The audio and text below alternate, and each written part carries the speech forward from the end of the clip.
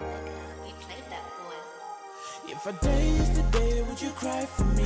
If I told you that I love you, would you lie to me? If I stood and went away, would you run from me? Would you cry?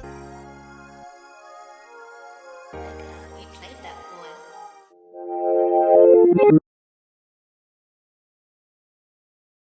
boy. So we've been in lockdown for a while.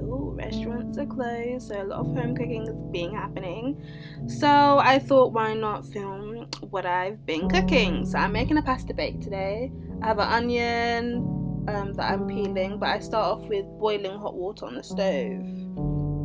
So I peel the onion and then I pour in my pasta into the boiling water. Depends on how much obviously you're feeding. So I was making enough for me and my parents.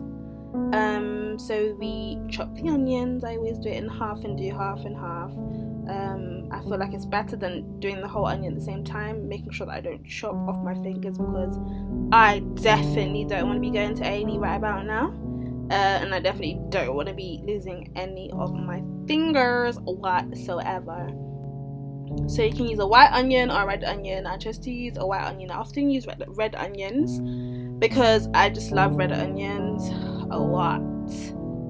So I put them in a bowl, and then I'm going to put the onions to the side. Don't waste any onions because we love onions. I put in olive oil into my pasta. I heard that apparently it stops it sticking together, but I don't know if that's true, because when you put oil into water it floats, but who knows. Chop up some tomatoes. I love a tomato. So I put the onions and the tomatoes together. I stir. Make sure you stir your pasta consistently throughout so it all gets cooked and it doesn't get stuck to the bottom. So I use a mushroom. I think I use about 3 mushrooms here. I cut them up. I diced them. You can dice them into small pieces. You don't have to use mushrooms. Like, you can put whatever you want in the pasta bake, but I chose to put my mushrooms in it. You could just have the plain pasta.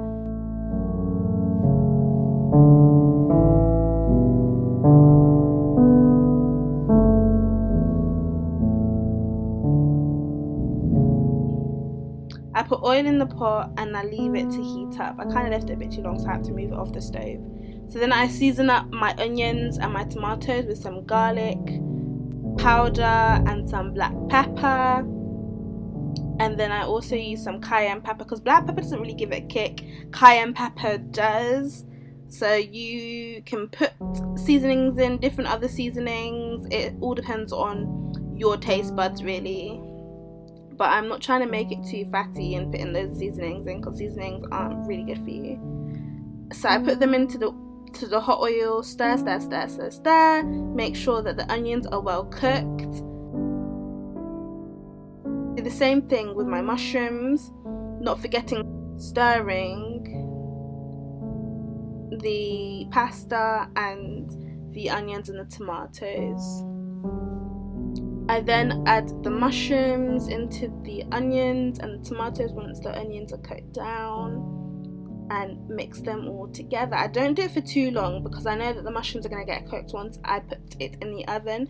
And make sure that your oven is on from the start, so your oven is really hot.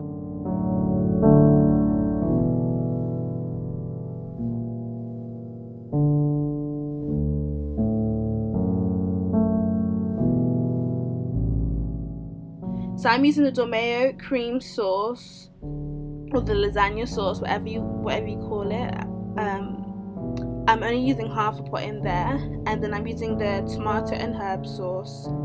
You can use any sauce really, any pasta sauce. You can even use the normal tomato sauce or Morrison's tomato sauce. It doesn't really matter. It all depends on what you do, but it's the same principle no matter what sauce you're using. I also add a bit more cayenne pepper because we love a kick. You don't have to use a cayenne pepper. If you want a kick, you could use like the Scotch bonnets, but it's all up to you. I stir the pasta again to make sure that it's all cookity quick. Oh, more cayenne pepper, Maddie. So I don't like to waste any sauce, so I boil the kettle and I put some hot water into the sauce bottle, and I sort of like shake it about and pour it in. I then go to drain out the pasta, make sure the pasta is not leaking because it just creates a mess.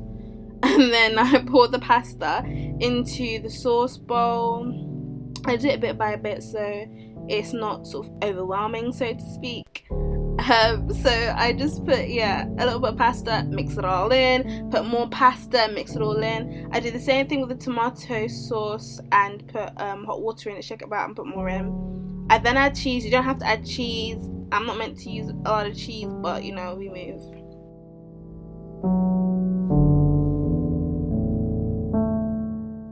So then you get a baking tray. This is not a baking tray, a petri dish, I believe it's called. I don't know, but yeah, you get one of those dishes, an oven-proof dish, and you just pour it in nicely and add some cheese on the top. Amazing. You can add like grated cheese or you can slice cheese up. Then you open the oven, careful because it's hot, and you slice it in. Then you slide it in the middle tray. Ooh. So yeah, I was meant to show you what it looked like after, but y'all got so hungry and we just ate it all. So yeah, it is literally so simple and so easy to make. I hope you enjoy.